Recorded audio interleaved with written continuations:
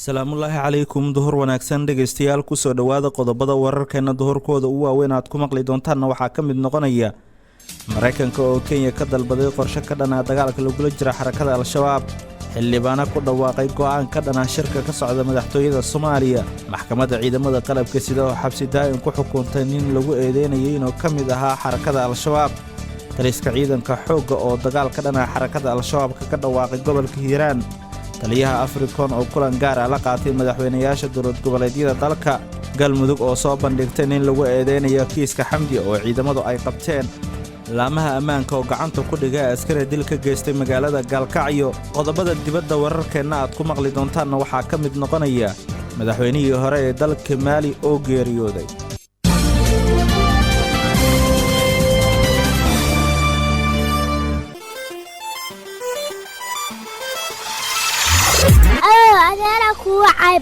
awow aamus waxaan dhegaysanayaa war ka baxaya reediyo afrika ka fur adeer albaabka ha dhegaysta warka idaacadda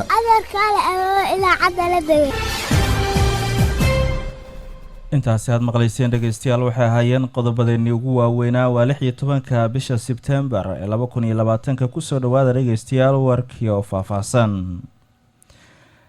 taliska ciidanka booliiska maamulka galmudug ayaa sheegay inay gacanta ku soo dhigeen nin lagu eedeynayo inuu ka dambeeyay kiiskii dhowaan magaalada muqdisho kufsigii iyo dilkii lagu geystay xamdi maxamed faarax sida qodobkani uu ku eegayo wariyaheenna mubaarak cabdalla howlgallo ay ciidamada ammaanka ka sameeyeen degmada cadaado ayaa waxay gacanta ku soo dhigeen eedeysano lagu eedeeyey inuu ka dambeeyey falkii isugu jiray kufsi iyo dil ee degmada waaberi lagu geystay marxuumad xamdi ninkan eedeysanaha ah lasoo qabtay ayaa waxaa lagu magacaabaa maxamed ibraahim taliyaha booliiska ee taliyaha booliiska saldhigga degmada cadaado ayaa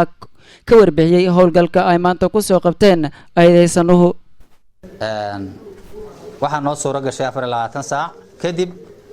inaan gacanta ku soo dhigno eedeysane maxamed ibraahim cusmaan oo ah ninka lagu eedeynayo inuu ka dambeeyey falkaas xanuunka badnaa ee ku dhimatay xamdi maxamed saalax xamdi maxamed faarax taliyaha oo sii wata hadalkiisa ayaa sheegay in eedeysanuhu ay la socdeen dhaqdhaqaaqiisa islamarkaana uu soo amray taliska booliiska Soomaaliyeed oo xogtaas aad iyo aad informationka noo siinayay ama amirna nagu siiyay haday yihiin heer guud taliyaha ugu sareeya booliiska Soomaaliyeed taliyaha xigeenka taliyaha galmudug taliyaha xigeenka dhammaan saraakiisha booliiska Soomaaliyeed waxaan dareemaynaa inay taagnaayeen waxaan wadaagaynaa xog joogta oo saacada waxaan ognahay dadka Soomaaliyeed oo dhan inay taagan yihiin oo taagnaayeen waxaan rabnaa inaan cadeyno way taagan yihiin booliiska galmudug ama meer ayaan ku qabnaa inaan taagnaano saraakiisheena na siisay wax walba oo caqabad ku ah dalkan iyo dadkan iyo diintaana inaan u taagnaano oo habeen iyo maalin baan raadino oo soo qabanno ayaan amar ku qabnaa waa ku dhaaranay ma rabno inaan dhaartii aan dhaaranay been noqoto waa qabanaynaa cid kasta oo xadgudub ku samaysa wadanka Soomaaliya gaar ahaan gobolkan hadda ku joogno gacantaan ku soo qabanaynaa insha Allah kariim ma ahan meel bahal galeena meel dambi lagu soo dhuunta maaha meel dad arxan laawaahu gabaad ka dhiga karna maaha ciidamo iyo saraakiil falgalaya jooga mar walba saacadood walba shaqadooda qabsanaya ugu dambeyntiina taliyaha ayaa waxa uu sheegay in eedeysanahan sharciga ay horkeeni doonaan isla markaana maxkamad la soo taagi doono waxaan rabnaa inaan cadeyno ninkaas inuu gacanta lagu hayo sharcigana mari doono ama amirta labaad ee saraakiishuna siiyana ay yihiin in lagu soo celiyo sharciga oo aan diyaarad saarno caasimadana aan geyno muqdisho sidaas ayaan amar ku qabnaa gacanta ayaana ku haynaa waa kan garabka bidix fadhiya waxaan soo qabanay 6 saac iyo 43 daqiiqo xalay ayay ku guuleysteen ciidanku kaasi wuxuu ahaa dhegeystayaal taliyaha ciidanka booliska saldhigga degmada Cadaado oo faahfaahin ka bixinayay nin eedeysanaha oo ay gacanta ku soo dhigeen warkii Mubaarak Cabdalla ayuuna u dambeeyay. taliska ciidanka xoogga dalka Soomaaliya ayaa dagaal ka dhana xarakada Al-Shabaab waxay kaga dhawaaqeen degmada Beledweyne ee gobolka Hiiraan.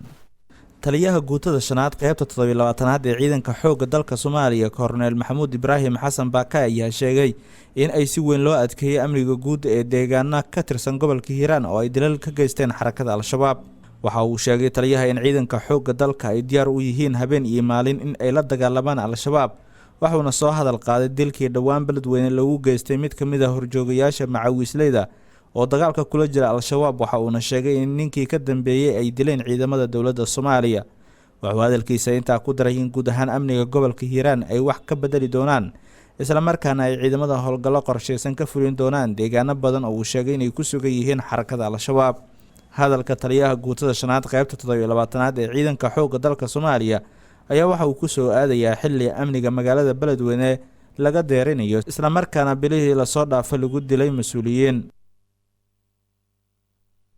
dowladda Mareykanka ayaa sheegtay in Kenya ay kala hadashay dagaalka lagula jiro xarakada Al-Shabaab. Cabdullaahi Maxamed Cabdiqaadir ayaa qodobkan inoo eegaya. Mareykanka ayaa waxaa la sheegay inuu bilaabayo qorshe uu ugu fikirayo inuu duqeymo dhinaca cirka ah uu ka fuliyo gudaha dalkaasi Kenya kuwaas oo markaa la bartilmaameedsanayo Al-Shabaab oo mararka qaar weerar ka fuliyo gudaha dalkaasi. afhayeenka guud ee taliska Mareykanka Christopher ayaa sheegay in qorshahoodu yahay inay culays caalami ah ay saaraan Al-Shabaab iyo in markaa la xoojiyo dagaalka dhanka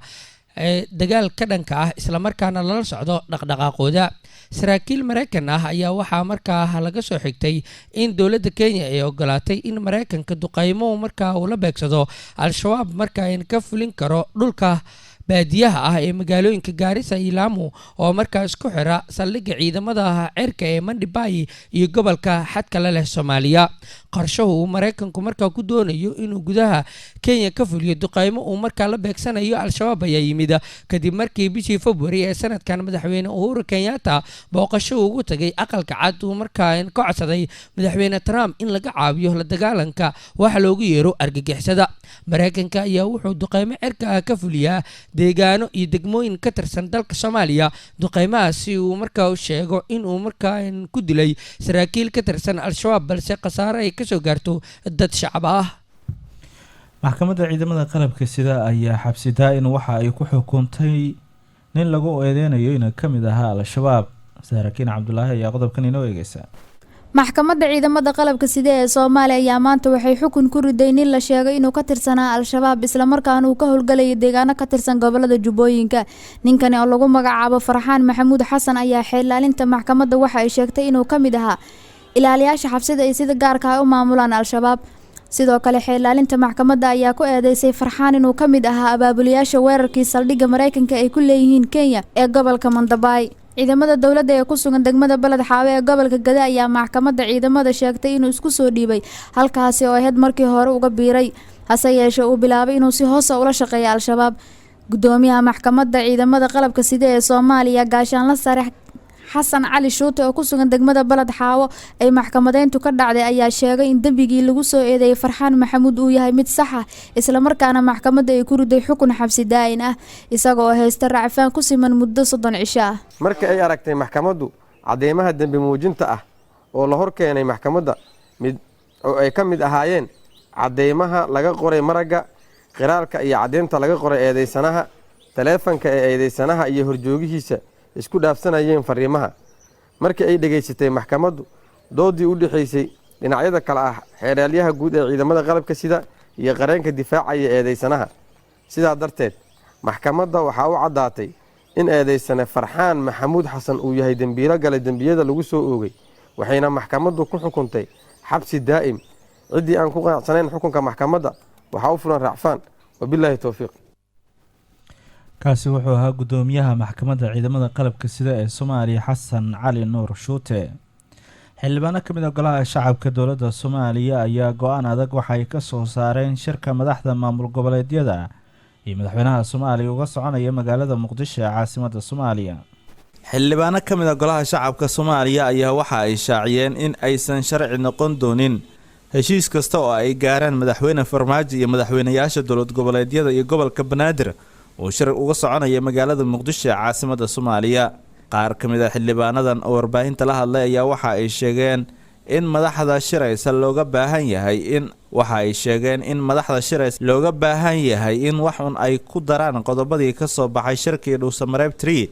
ee la xiriira arrimaha doorashooyinka si ay u fududaato heshiis la wada gaaro. xildhibaanada ayaa waxa ay nasiib daro ku tilmaameen in wada hadallo hal maalin go'aan looga gaari karo in muddo hal sano ah shacabka waqtiga looga lumiyo, waxaana ay sheegeen in madaxweyne farmaajo ka doonayaan ballanqaadkii ahaa in golaha shacabka uu ku soo celin doono heshiiska uu la gaaro madaxda dowlad goboleedyada dalka. marka in warsaxaafadeedkii ka soo baxay caasimadda Galmudug in ay wixii ay ku dari lahaayeen ay ku daraan. shacabka Soomaaliyeed waa dhibsadeen, waqtigii waa ku dheeraaday. wax hal maalin lagu xallin karo in madaxda dowlad goboleedyadu sanad ku qaatay waa ayaan daro. waxaan ka rajaynaynaa in ay heshiiyaan, maslaxadda Soomaaliyeed u tanaasulaan, wax un ay isku soo raacaan. ayagu waa hay'ad fulin, hay'adda fulintu ayadu ma lahan waxa ay soo saaraan maxaa la yiraahdaa ma noqonayaan sharci.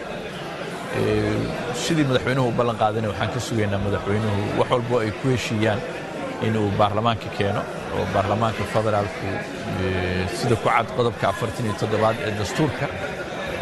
shuruucda doorashooyinka waxaa xaq u leh golaha shacabka iyo baarlamaanka federaalka ee Soomaaliya. laga shaqeeyo danaha guud ee dalka.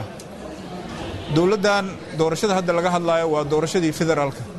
saas ay tahay waxaan aaminsanahay wax allaale wixii dowladda federaalka ay ku heshiiso madaxweynaha joogo, xukuumadda joogto, baarlamaanka joogo, wixii ay ku heshiiyaan inay kala shaqeeyaan bay ahayd. ha ahaatee haddii ay leeyihiin taladan wax ku leenahay waa soo dhaweynayna. xarunta madaxtooyada ee Villa Soomaaliya ayaa waxaa maalintii afraad ka soconaya shirkan u dhaxeeya madaxweyne farmaajo, madaxda dowlad goboleedyada iyo gudoomiyaha gobolka Banaadir, kaasi oo looga hadlayo arrimaha doorashooyinka dalka. halka warkaasi aad ka dhageysanaysaan waa idaacadda Afrika magaalada Muqdisho. iminkana qodobada dibadda.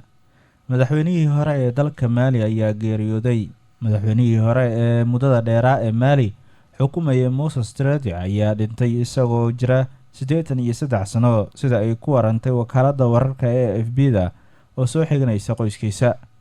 Traore ayaa waxaa xukunka waddankaasi uu ku yaala galbeedka Afrika maamulayay 22 sano, waxaana xukunka uu la wareegay 1968 kadib markii uu hogaamiyey military inqilaab ka dhan ah madaxweynihii hore ee dalkaasi. waxa uu xilka sii hayay ilaa bishii Maars 1991 markii xukunka laga tuuray kacdoon dadweyne. geerida Traore ayaa imaanaya bil uun kadib afgambigii ka dhacay dalkaasi Mali ee lala beegsaday madaxweynaha waddankaasi Ibrahim Bioti. guud ahaan warkii oo aad ka dhageysanayseen idaacadda Afrika magaalada Muqdisho waa naginta. waad ku mahadsantihiin dhegeysiga la socodka warkayaga. cudurka coronavirus waa cudur halis ah